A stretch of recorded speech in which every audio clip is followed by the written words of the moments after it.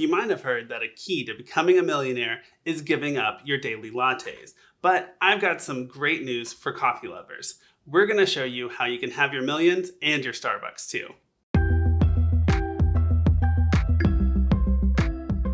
Hi, I'm Joseph. And I'm Tasha with One Big Happy Life, and we make videos about how to find balance, build wealth, and live happy. Everything that you need to create the life that you want.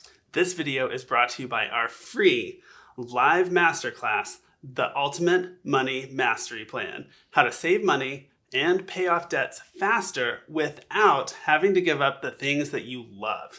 Now, this class is only going to be available for a short time, so be sure to head on over to onebighappylife.com/money-plan to sign up. We'll be sharing strategies and tips to help you build wealth and create the life that you want starting today. Plus, we'll be there to answer your questions live. So head on over to onebighappylife.com/money-plan to sign up. You heard me right earlier. You don't have to cut out all of life's daily pleasures in order to become a millionaire. You've been watching us for the past 2 years doing that exact thing, living that life. So we've paid off $100,000 of debt while saving $200,000 and taking big family vacations that were just amazing. We've gone to the Bahamas, we've gone to London, we've gone to Singapore, and the Florida Keys. And we've got a video on the Keys coming out soon. And we've had quite a few lattes along the way too. And if you haven't seen it, you can check out our Starbucks Unicorn Frappuccino hunt from a few years ago, which was a lot of fun. The idea behind the latte factor is unplanned spending. So tiny little drips of spending can actually have some long-term consequences on your ability to build wealth. However, you don't actually have to give up lattes in order to become a millionaire. You can become a millionaire and still have your everyday latte or even multi-day latte. So in order for us to talk about how that's possible, we're going to first go over the math behind becoming a millionaire. And it's pretty simple. To become a millionaire by 65, it's really just about how much you're saving and how long you have to save it. So if you're 22 years old, you only have to save $250 a month. And then investing that money in the stock market, getting an 8% rate of return, you will have $1 million by the time you're 65.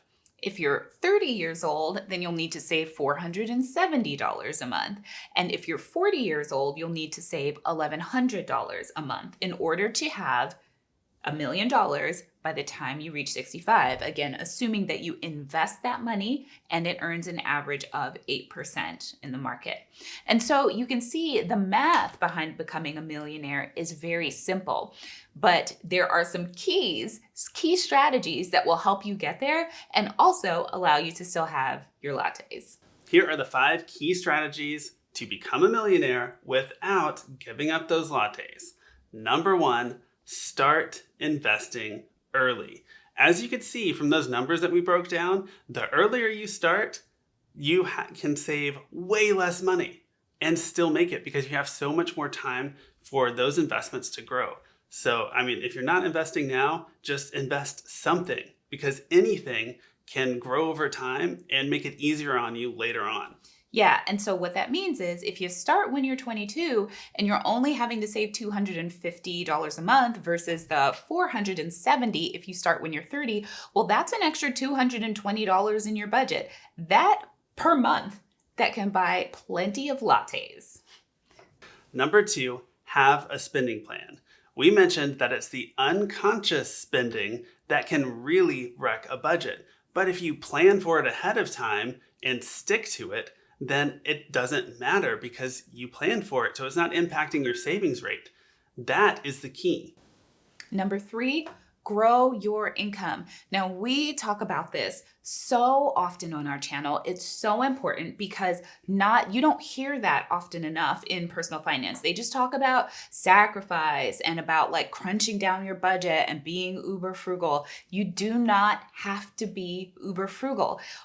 All that matters is the gap between your spending and how much you're bringing in, aka how much you have left over to be able to invest. And so because we have prioritized growing our income, both in our day jobs, where we've increased our day job income $50,000, a combined $50,000 over the past 2 years. We've also built a side hustle into a 6-figure business over that same period. So we've increased our income substantially, which means that now our budget can hold a lot more of that discretionary spending, which includes lattes or, and especially because there have been times when we're like, okay, well, we're not going to go to Starbucks. Instead, we're going to just only brew at home.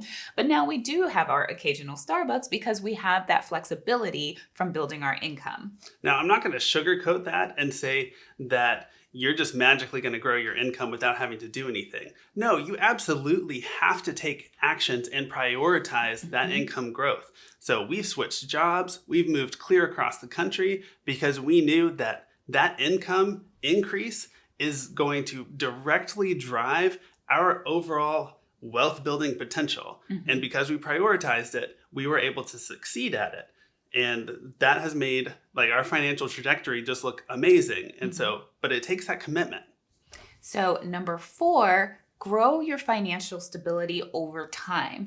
So while we do have to worry about the day-to-day unexpected expenses, we also have to worry about major unexpected life upheavals, right? And so what you want to do as you're saving and building wealth for the future, you also want to make sure that you're building your financial stability for today. So that includes things like having your emergency fund in cases of job loss, paying off super high interest credit card debt that's draining away your financial progress, making sure that you carry enough insurance, and also keeping your expenses low and not being at the point where you must absolutely have to have 2 incomes in order to meet your financial obligations.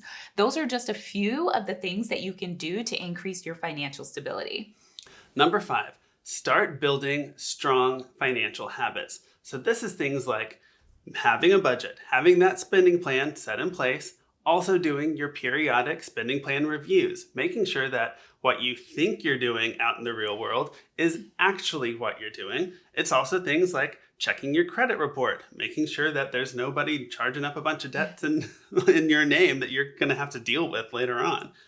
It also includes keeping an eye on your net worth, actually knowing what fees you're being charged if you have someone managing your investments, or understanding the investments that you're investing in. So if you liked any of this content and you want to go deeper with us, then we really encourage you to sign up for our free live masterclass next week. Sign up today at onebighappylife.com/money plan.